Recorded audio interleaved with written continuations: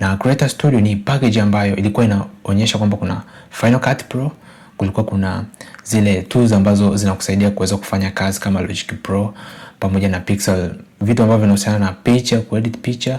kuedit video, kuedit motion, kutengeneza motion pia ambazo utazitumia kwenye Final Cut Pro,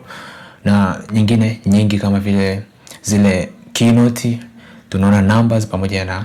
zile kwa ajili kama Word ambayo inapatikana. Na price yake ilikuwa ni much lower ukikompare na mtu ungenunua ile package nzima. Tunakumbuka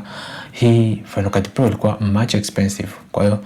sasa hivi wametoa the version of the subscription ambao utakuwa unalipia kwa mwezi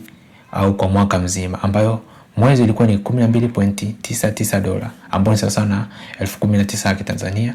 na kwa ambao utapata zile packages zote nzima. Nafikiri kila mtu ambaye atakuwa anafanya content au atakuwa anatengeneza video zake atakuwa na uwezo wa kuweza kulipia hizo, kwa sababu atapata the compact yote nzima, ambao ukilinganisha sasa na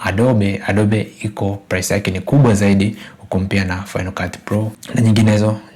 nyingi ambazo gharama yake ni kubwa ukilinganisha na Final Cut Pro, kwa sababu Final Cut Pro wamekupa the whole packages ambazo wamekupa hizo za kuedit picha, za kuedit video, za kutengeneza motion na nyingine nyingi zaidi ambazo zipo hapo.